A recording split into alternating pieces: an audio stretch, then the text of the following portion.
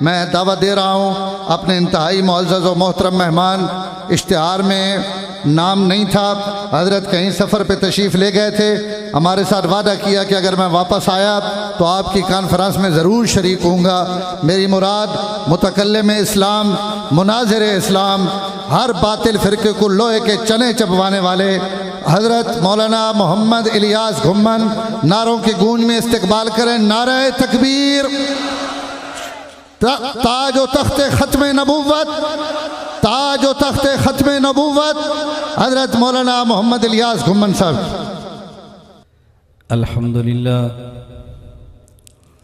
الحمد لله وحده لا شريك له والصلاة والسلام على من لا نبي بعده أما بعد فأعوذ بالله من الشيطان الرجيم بسم الله الرحمن الرحيم محمد رسول الله اللهم صل على محمد وعلى آل محمد كما صليت على إبراهيم وعلى آل إبراهيم إنك حميد مجيد اللهم بارك على محمد وعلى آل محمد كما باركت على إبراهيم وعلى آل إبراهيم إنك حميد مجيد۔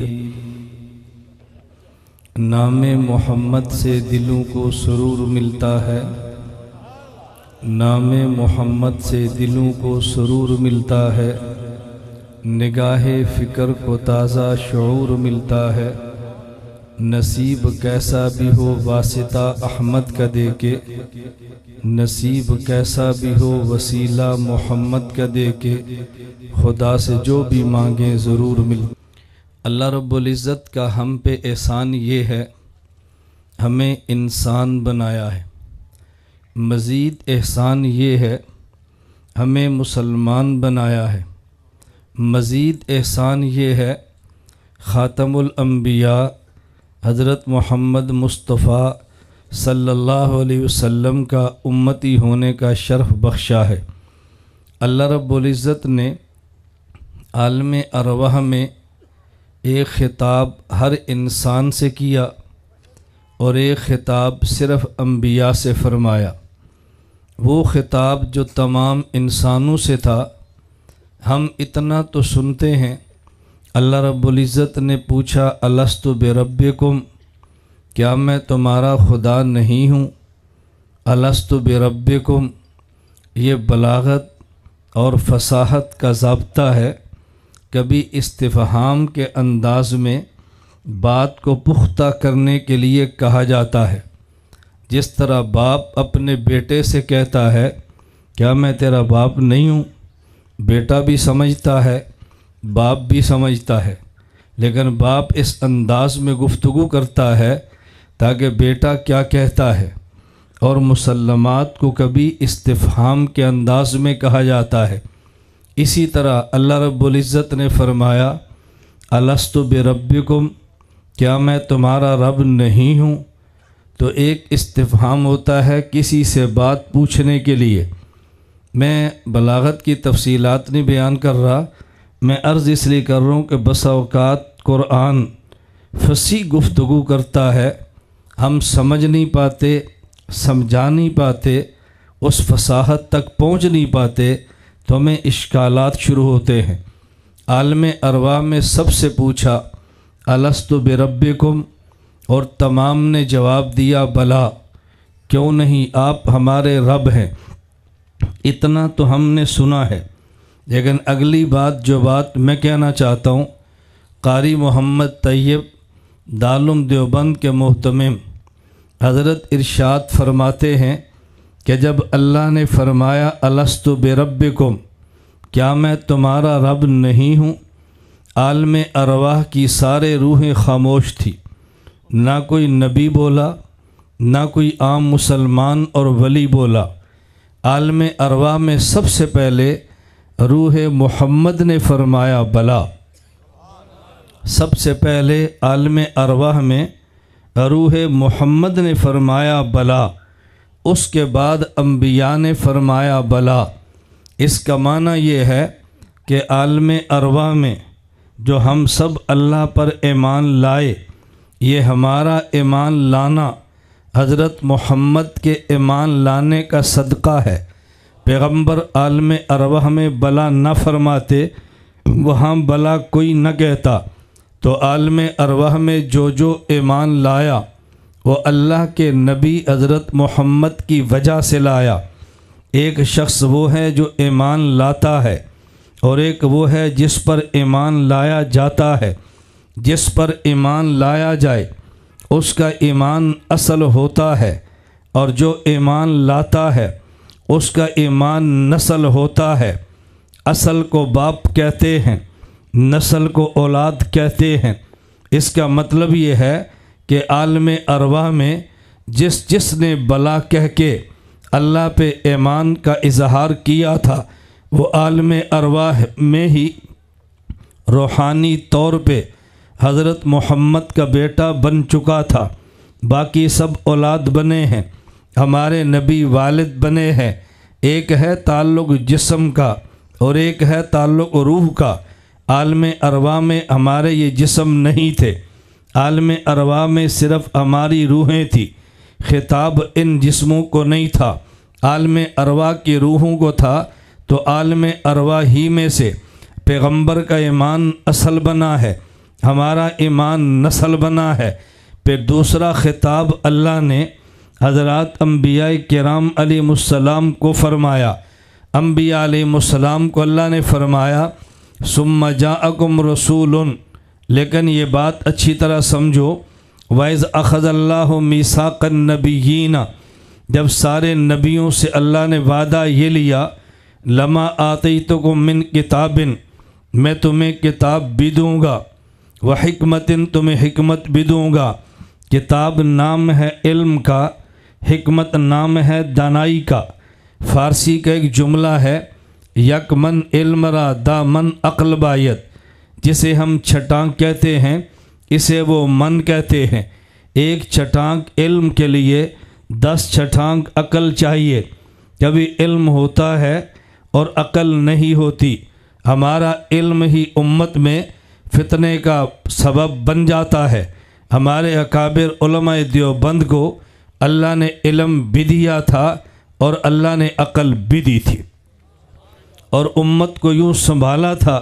میں صرف ایک واقعہ پیش کرتا ہوں، میرے پاس تو اکابر کی بتائی ہوئی بہت ساری مثالیں اور واقعات بھی ہیں۔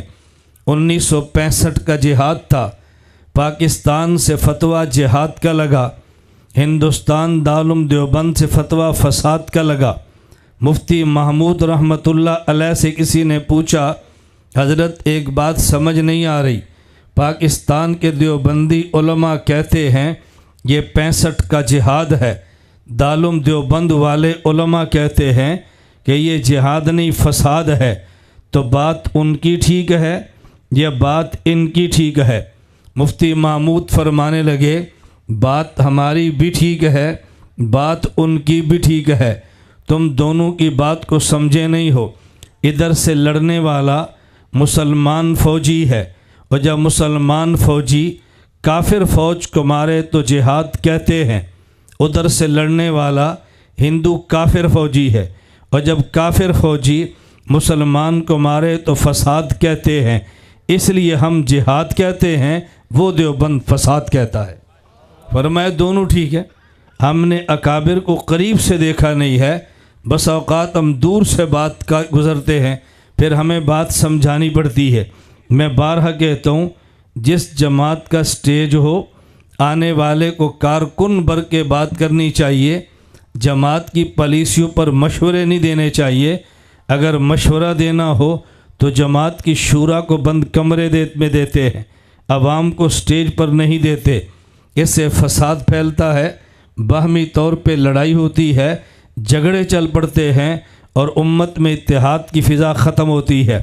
اللہ ہم سب کو یہ بات سمجھنے کی توفیق عطا فرمائے۔ فرمایا من کتاب، میں تمہیں علم بھی دوں گا، اس علم کے لیے حکمت اور دانائی بھی دوں گا۔ اللہ نے ہمارے اکابر کو دونوں چیزیں عطا فرمائی ہیں، اس لیے میں کم از کم اپنی بات کرتا ہوں۔ میں دائیں اور بائیں نہیں جاتا، نہ ہی جا سکتا ہوں۔ ہمارے اکابر نے سب کچھ ہمیں عطا فرمایا ہے۔ ثم جاءکم، پھر تمہارے پاس رسول آئے گا۔ یہاں بات سمجھنا، میں نے اسی آیت پہ مختصر سی بات کرنی ہے۔ پہلے فرمایا کہ وعدہ نبیوں سے لیا، پھر فرمایا کہ تمہارے پاس آخر میں رسول آئے گا۔ وعدے میں یہ نہیں کہا ہم نے وعدہ رسولوں سے لیا، فرمایا وعدہ نبیوں سے لیا۔ تمہارے پاس رسول آئے گا، یہ نہیں فرمایا تمہارے پاس نبی آئے گا، بلکہ فرمایا رسول آئے گا۔ اور وعدہ جن سے لیا ان کو نبی کہا، جس کے آنے کی بات کی ہے اسے رسول کہا۔ اس کا معنی یہ ہے نبی صرف وہ ہوتا ہے کہ جس پر وحی آ جائے، رسول وہ ہوتا ہے کہ جس پر وحی بھی آئے کہ تو نبی ہے، تو امت کو سنبھال لے، میرا پیغام پہنچا دے، اور ساتھ اس کو مستقل شریعت بھی دے دی جائے۔ اس کا معنی حضور سے پہلے جو تھے وہ نبی تھے، ان کو شریعتیں ملی ہیں، وہ تب بھی نبی ہیں۔ اگر مستقل شریعت نہیں ملی، صرف وحی آ گئی، وہ تب بھی نبی ہیں۔ لیکن رسول کی خاص علامت یہ ہے اس پہ وحی بھی آتی ہے، مستقل شریعت بھی آتی ہے۔ فرمایا میرے محمد سے پہلے جو آئے ہیں ہو سکتا ہے کسی پر وحی تو آئے اسے کتاب نہ ملے، کسی پر وحی آئے مستقل کتاب بھی ملے، کسی پر وحی آئے مستقل شریعت نہ ملے۔ میرے محمد کو میں نبوت بھی دوں گا، مستقل شریعت بھی دوں گا، اپنے محمد کو نبوت بھی دوں گا، مستقل کتاب بھی دوں گا۔ فرمایا ثم جاءکم، جو تم سب سے آخر میں آئے گا وہ ایک ایسا نبی ہوگا جس پر مستقل کتاب بھی ہوگی، توجہ رکھنا، اور جس پر مستقل شریعت بھی ہوگی۔ میں ایک بات پوچھنا چاہتا ہوں ان لوگوں سے جو ہمارے نبی محمد مصطفیٰ کو چھوڑ کے مرزا قادیانی کا کلمہ پڑھتے ہیں۔ بھئی ہمارا مختصر سا سوال یہ ہے، سب نبیوں سے آخر میں جس نے آنا وہ رسول ہوگا، یعنی اس پر مستقل کتاب ہوگی۔ تم یہ بتا دو کہ مرزے پر مستقل کتاب کون سی آئی ہے؟ حضرت موسیٰ پہ کتاب آئی، وہ کہتے ہیں اس کا نام تورات ہے۔ حضرت عیسیٰ پہ آئی، وہ کہتے ہیں ہمارے نبی پہ کتاب آئی، اس کا نام انجیل ہے۔ کوئی کہتا ہے میرے نبی پہ کتاب آئی، اس کا نام زبور ہے۔ میرے نبی کو کتاب ملی، اس کا نام صحیفہ ہے۔ تمہارے نبی کو کتاب ملی ہے، کوئی اس کا نام بھی تو ہوگا، اس کا کوئی نام نہیں ہے۔ اس کا معنی کہ مستقل کتاب نہیں ہے۔ بات توجہ سے سمجھنا۔ اگر کسی پہ شریعت ملے، بھئی تم کون ہو؟ کہا شریعت موسوی ہے۔ تم کون ہو؟ شریعت عیسوی ہے۔ تم کون ہو؟ شریعت ابراہیمی ہے۔ بھئی تم کون ہو؟ شریعت ابراہیمی ہے۔ اگر تمہارے نبی کے پاس کوئی شریعت تھی تم اس کا نام بتا دو۔ اس شریعت کا نام یہ ہے، نہ مستقل کتاب کا نام ہے، نہ مستقل شریعت کا نام ہے۔ میں اگلی بات کہنا چاہتا ہوں، اگر تم صرف نبی کہہ دو، یہ جی رسول نہیں تھا، اس کے اوپر کتاب نہیں تھی، یہ صرف نبی تھا۔ میں نے کہا کوئی نبی بھی آئے اس کا کلمہ تو ہوتا ہے، کوئی تم کلمہ بتا دو۔ کہا جی ہمارے نبی کا کلمہ لا الہ الا اللہ محمد رسول اللہ۔ ہم نے کہا خدا سے ڈرو، دنیا میں سب سے قیمتی چیز ایمان ہے۔ اللہ قرآن میں فرما رہے ہیں اگر کفر پہ بندہ مر جائے، قیامت کے دن وہ زمین و آسمان کے درمیان سونا بھر کے دینا چاہے تب بھی جہنم سے بچ نہیں سکتا، لیکن ایمان کا معمولی درجہ بھی جہنم سے بچا لیتا ہے۔ اس کا معنی سب سے قیمتی چیز ایمان ہے۔ ایمان نبی سے ملتا ہے، ایمان کلمے سے بنتا ہے۔ حضرت آدم سے پوچھو کلمہ، کہا جی لا الہ الا اللہ، آدم صفی اللہ۔ حضرت نوح سے پوچھو کلمہ، کہا جی لا الہ الا اللہ، نوح نجی اللہ۔ حضرت ابراہیم سے پوچھو کلمہ، کہا لا الہ الا اللہ، ابراہیم خلیل اللہ۔ حضرت موسیٰ سے پوچھو کلمہ، کہا جی لا الہ الا اللہ، موسیٰ کلیم اللہ۔ حضرت داؤد سے پوچھو کلمہ، کہا لا الہ الا اللہ، داؤد خلیفۃ اللہ۔ حضرت یونس سے پوچھو کلمہ، کہا لا الہ الا اللہ، یونس سبیح اللہ۔ حضرت عیسیٰ سے پوچھو کلمہ، کہا جی لا الہ الا اللہ، عیسیٰ روح اللہ۔ ہمارے محمد سے پوچھو کلمہ، کہا جی لا الہ الا اللہ محمد الرسول اللہ۔ ہم قادیانیوں سے پوچھتے ہیں، لڑتے نہیں ہیں، جھگڑتے نہیں ہیں، تمہیں ڈنڈے نہیں مارتے، ہم پیار سے سمجھاتے ہیں، تمہاری جنت کی فکر کرتے ہوئے، جہنم کی فکر کرتے ہوئے، یہ دنیا چند دن کی ہے، ہم مر جائیں گے، ہم چھوڑ جائیں گے، پاسپورٹ ختم ہو جائیں گے، نیشنلٹیاں تباہ ہو جائیں گی، یہ دنیا کی دولت مٹ جائے گی جس کے لیے ہم کلمے پڑھ رہے ہیں۔ ہم تم سے پوچھتے ہیں، بھئی اپنے پڑھانے والوں سے پوچھ لو ہمارے نبی کا کلمہ کیا ہے؟ وہ کہتے ہیں لا الہ الا اللہ محمد الرسول اللہ۔ میں نے کہا خدا سے ڈرو، جوتا چوری کرو یہ بھی چوری ہے، بھئی کسی کی جیب سے چند پیسے نکالو یہ بھی چوری ہے، کسی کی گندم اٹھا لو یہ بھی چوری ہے، کسی کے چنے چھین لو یہ بھی چوری ہے، لیکن کسی کا کلمہ چھین لو اس سے بڑا دنیا میں چور کون ہوگا؟ یہ کیسا نبی ہے جس کو کلمہ بھی نہیں ملا، اس کو کلمہ بھی چوری کرنا پڑے گا۔ میں کہتا ہوں آپ کہتے ہو مرزا سب سے بڑا کافر ہے، میں کہتا ہوں یہ بات الگ ہے۔ ہمارے دنیا کے معاشرے میں کفر ضرور ہے، لیکن انسانی سوسائٹی میں کفر عیب نہیں ہوتا۔ انسانی سوسائٹی کے عیوب الگ ہوتے ہیں، اسلامی سوسائٹی کے عیوب الگ ہوتے ہیں۔ نبی کے گھر میں زانیہ عورت نہیں آئی ہے، لیکن نبی کے گھر میں کافرہ عورت آئی ہے۔ حضرت لوط علیہ السلام کی بیوی یہ کافرہ ہے، حضرت نوح علیہ السلام کی بیوی یہ کافرہ ہے۔ اللہ نبی کو عیوب سے پاک رکھتا ہے۔ عیوب کا معنی یہ ہے کہ جو انسانی سوسائٹی کا عیب ہو اللہ وہ نبی میں نہیں آنے دیتا۔ اور بھئی چوری یہ اسلامی سوسائٹی کا عیب نہیں ہے، یہ تو انسانی سوسائٹی کا عیب ہے۔ ہم نے کہا تم نے جس کو نبی مانا وہ تو انسانی سوسائٹی میں بھی رہنے کے قابل نہیں ہے۔ اس سے بڑا دنیا میں چور کون ہوگا؟ گندم کا چور بھی چور ہے لیکن چھوٹا، چنے کا چور بھی چور ہے لیکن چھوٹا، کلمہ چور چور ہے سب سے بڑا، کلمہ چور چور ہے سب سے۔ اتنا بڑا چور تم نے نبی مان لیا، اتنا بڑا چور تم نے رسول مان لیا۔ خدا سے ڈرو، توجہ رکھنا، اتنا بڑا چور تم نے اپنا نبی مان کے رہبر و رہنما مان لیا۔ میں سمجھا یہ رہا تھا ثم جاءکم رسول، توجہ سے بات سمجھنا، اللہ نے وعدہ جن سے لیا، فرمایا یہ سارے نبی ہیں، اور جو بعد میں آئے گا فرمایا یہ رسول ہے۔ نبی پر وحی آتی ہے، شریعت ہو مستقل یا نہ ہو وہ نبی ہے، وحی آتی ہے مستقل کتاب ہو یا نہ ہو وہ نبی ہے، لیکن رسول اسے کہتے ہیں اس پہ وحی بھی آتی ہے اور مستقل کتاب بھی آتی ہے، مستقل شریعت بھی آتی ہے۔ بات توجہ سے سمجھنا، مرزا رسول تو ہو نہیں سکتا، مستقل شریعت کا نام بتاؤ، رسول تو ہو نہیں سکتا، مستقل کتاب کا نام بتاؤ، وہ کہیں گے ہم رسول نہیں مانتے، ہم نبی مانتے ہیں۔ بڑا مختصر سا سوال یاد رکھنا، بھائی نبی اسے کہتے ہیں جس پر وحی آتی ہے، جس نبی پر وحی آئے وہ وحی کسی زبان میں آتی ہے۔ نبی کی وحی کی زبان کیا ہے؟ قرآن کہتا ہے وما ارسلنا من رسول الا بلسان قومی۔ ایک ہے نبی کی امت، ایک ہے نبی کی قوم۔ نبی پر جو وحی آتی ہے وہ نبی کی امت کی زبان میں نہیں بلکہ نبی کی قوم کی زبان میں۔ یہ بات توجہ سمجھنا، ہم سب نبی کی امت ہیں۔ میری زبان پنجابی، دوسرے کی پشتو، تیسرے کی سندھی، چوتھے کی عربی، پانچویں کی انگلش، کسی کی افریقی، یہ سب نبی کی امت ہیں، لیکن یہ سارے نبی کی قوم نہیں ہیں۔ قوم کہتے ہیں کاسٹ کو۔ بھئی نبی پاک کی قوم کیا ہے؟ قریشی، ہاشمی قریشی، قریش کی زبان عربی، تو ہمارے پیغمبر کی وحی کی زبان بھی، توجہ سے مسئلہ سمجھنا، عربی۔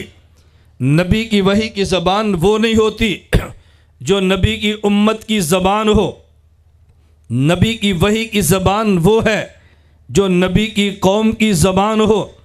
ہم قادیانیوں سے سوال کرتے ہیں تم نے جس کو نبی مانا وہ غلام احمد ہے، تم بتاؤ اس کی قوم کیا ہے؟ سوال سمجھ لو گے؟ اس کی قوم کیا ہے؟ کیا قوم ہے؟ بولو۔ مرزا چوہان نہ، یار خدا تو ڈر، توجہ رکھنا۔ قوم کیا ہے؟ بولو نا۔ مرزا غلام احمد، قوم کیا ہے؟ مرزا۔ بھئی ہم پوچھتے ہیں یہ مرزا کون ہے؟ یہ عرب ہے، انگریز ہے، افریقہ ہے، ہندوستان کا ہے؟ کہا جی ہندوستان کا ہے۔ ہم نے کہا وہاں کے جو مرزے ہیں ان کی زبان کیا ہے؟ کہا جی پنجابی۔ ہم نے کہا اگر مرزا غلام احمد قادیانی نبی ہے تو پھر اس کی وحی کی زبان پنجابی ہو، وحی کی زبان پنجابی ہو۔ جہاں تک قادیانیت کو میں نے پڑھا ہے، میرا مطالعہ بہت زیادہ نہیں ہے، بہت کم ہے، جہاں تک میں نے پڑھا ہے یہ کہتے ہیں مجھ پر وحی آتی ہے کبھی عربی میں، کبھی انگلش میں، کبھی فارسی میں، کبھی پنجابی میں، کبھی اردو میں، کبھی سنسکرت میں، 7 زبانوں میں وحی۔ توجہ رکھنا، نبی کی وحی کی زبان وہ جو نبی کی قوم کی ہے۔ مرزے کی قوم ایک ہے، وحی کی زبانیں 7 ہیں۔ قوم اور وحی کی زبانیں، بولو اب مسئلہ سمجھنا۔ وحی کی زبانیں 7 اور قوم، نبی کی وحی اسی زبان میں جو قوم کی زبان ہے۔ اگر مرزے کی وحی ٹھیک ہے تو پھر قومیں 7، قومیں کتنی ہوگی؟ اور اگر قوم ٹھیک ہے تو پھر وحی 1۔ یہ تم نے فیصلہ کرنا ہے کہ اس کی قوم ٹھیک تھی یا وحی ٹھیک تھی۔ اگر وحی ٹھیک نہیں ہے تو پھر نبی نہیں ہے، اور قوم ٹھیک نہیں ہے، 7 قومیں ہیں۔ ایک بندے کی قوم ایک ہوتی ہے، جس کی 2 قومیں ہو، ہمارے ہاں اس کو حلال زادہ نہیں کہتے، اسے حرام زادہ کہتے ہیں۔ 2 قومیں ہوں حرام زادہ، 3 قومیں ہوں بڑا حرام زادہ، 4 قومیں بڑا حرام زادہ، 5 قومیں بڑا حرام زادہ، 6 قومیں بڑا حرام زادہ، 7 قومیں اس سے بڑا حرام زادہ۔ ہم کہتے ہیں تمہاری مرضی، ہم تم سے لڑتے اور جھگڑتے نہیں ہیں۔ اللہ قرآن میں فرما رہے ہیں وَمَا أَرْسَلْنَا مِن رَّسُولٍ إِلَّا بِلِسَانِ قَوْمِهِ، کسی نبی پر وحی اس زبان میں ہوتی ہے جو نبی کی قوم کی زبان ہو۔ مرزے کی قوم مرزا ہے، لہذا وحی کی زبان وہ ہو جو اس کی قوم کی زبان ہے۔ اگر تمہیں نبی ماننے پر اصرار ہے تو پھر قوم 7 مانو، اگر قوم 1 ماننے پہ اصرار ہے پھر اس کو تم نبی نہ مانو، کیونکہ نبی کی وحی قوم کی زبان میں ہوتی ہے۔ ہم جھگڑتے تم سے نہیں ہیں۔ میں نے کہا بات توجہ سے سمجھو، جس طرح چور ہونا یہ اسلامی نہیں، انسانی سوسائٹی کا عیب ہے، بالکل اسی طرح حرام زادہ ہونا اسلامی نہیں، اسلامی نہیں، انسانی سوسائٹی کا عیب ہے۔ میں اسلام کی بات نہیں کر رہا، میں تو انسانی سوسائٹی کی بات کر رہا ہوں۔ ہمارا میسج صرف مسلمان کے لیے نہیں ہے، ہمارا میسج یورپ کے لیے بھی ہے کہ جس کو تم نے نبوت کے لیے چنا، اسلام کا مسئلہ بات کا ہے، ایمان کا مسئلہ بات کا ہے۔ اللہ نے ہمیں کرم کیا کہ سب سے پہلے انسان بنایا ہے، پھر کرم کیا ہمیں مسلمان بنایا ہے، پھر کرم کیا آخری نبی کا امتی بنایا ہے۔ جس کو نبوت کے لیے تم نے چنا یہ تو چور بھی ہے، اور اگر اس کی نبوت مانے حرام زادہ بھی ہے۔ ہماری سوسائٹی میں نہ چور قبول ہوتا ہے نہ ہی حرام زادہ قبول ہوتا ہے۔ انسانی سوسائٹی میں اس کو کوئی قبول نہیں کرتا۔ تم کہتے ہو تو مولوی لوگ مان لو، ان سے جھگڑا مولویت کا نہیں ہے، یہ بات کا مسئلہ ہے۔ ان سے جھگڑا اسلام کفر بات کا ہے، ان سے پہلے جھگڑا انسانی سوسائٹی کا ہے۔ جس بندے کو انسانی سوسائٹی میں قبول نہیں کیا جا سکتا، ہم اس بندے کو نبی مان لیں۔ یہ ہے تو ایک مختصر سا لطیفہ۔ ہندوستان میں مناظرہ مرزائیوں سے طے ہوا، انگریزوں نے ٹرین لیٹ کر دی، مسلمان مناظر نہ پہنچا، مرزائی اچھل رہا تھا، لاؤ اپنا مناظر۔ ایک جٹ آدمی اٹھا، اس نے کہا میں بات کرتا ہوں. کہا تو کرے گا؟ کہا جی میں کرتا ہوں. وہ کھڑا ہوا, اس نے 5 منٹ مرزا قادیانی پر گالیوں کی بارش برسائی. لوگوں کا سر شرم سے جھک گیا, یہ کیسا آدمی ہے, اس کو بات کا سلیقہ بھی نہیں آتا. وہ جب بیٹھا, قادیانی مرزائی کھڑا ہوا, اس نے کہا اس سے کیا بات کرنی, کوئی دلیل تو دی نہیں ہے, صرف گالیاں دیتا ہے, گالیاں دینے سے مناظرے کا مسئلہ حل نہیں ہوتا. وہ بیٹھا, یہ پھر کھڑا ہوا, لوگوں نے کہا بیٹھ جا. اس نے کہا نہیں میں نے اس کی دلیل کا جواب دینا ہے. کہا یار خدا کا نام شرمندہ نہ کر, بیٹھ جا. اس نے کہا نہیں میں جواب دوں گا. یہ طاقت سے جٹ کھڑا ہوا. اس نے کہا میں نے 5 منٹ گالیاں دی ہیں, تم کہتے ہو مناظرے کا مسئلہ حل نہیں ہوتا. جس کو تم نبی مانتے ہو اس نے 60 سال گالیاں دی ہیں. مناظرے کا مسئلہ گالی سے حل نہیں ہوتا, تو گالی دینے سے نبوت کا مسئلہ حل ہو جاتا ہے؟ گالیوں سے مناظرہ نہیں جیت سکتے, گالیوں سے نبوت جیت جاتے ہیں. آپ یقین فرماؤ, میں خدا گواہ بنا کر کہتا ہوں, قادیانیت سے گفتگو کے لیے بہت بڑے عالم کی ضروری نہیں ہے, اچھے سے انسان کی ضرورت ہے. تم علماء کو تلاش کرتے ہو, عالمی مجلس, جی ہمیں مبلغ دو. مبلغ نہیں, مسئلہ سمجھو. جناب نگر جاؤ, کورس کرو, مسئلہ سمجھو, مبلغین سے مسئلہ سمجھو, گفتگو خود کرو. جب پھنسو گے کو جی میں مولوی نہیں ہوں, پوچھ کر آ جاؤں گا, کل پھر بات کرو, پھر پھنس جاؤ, پرسوں پھر بات کرو, 3 بات کرو گے تم خود بخود مناظر بن جاؤ گے. کب تک تم تلاش کرو گے مبلغین کو؟ خود کھڑے ہو, خود اپنے پاؤں پہ کھڑے ہوں.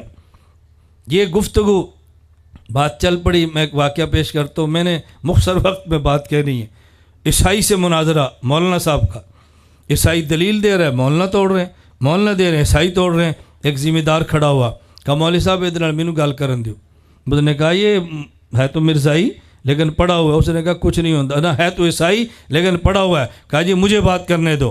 وہ جٹ کھڑا ہوا, اس نے عیسائی سے پوچھا اچھا یہ بتا تیرا دعویٰ ہے کہ عیسیٰ علیہ السلام اللہ کے بیٹے ہیں؟ کہا جی ہاں. کہا خدا کے کوئی اور بھی بیٹے ہیں؟ کہا نہیں جی ایک ہی ہے.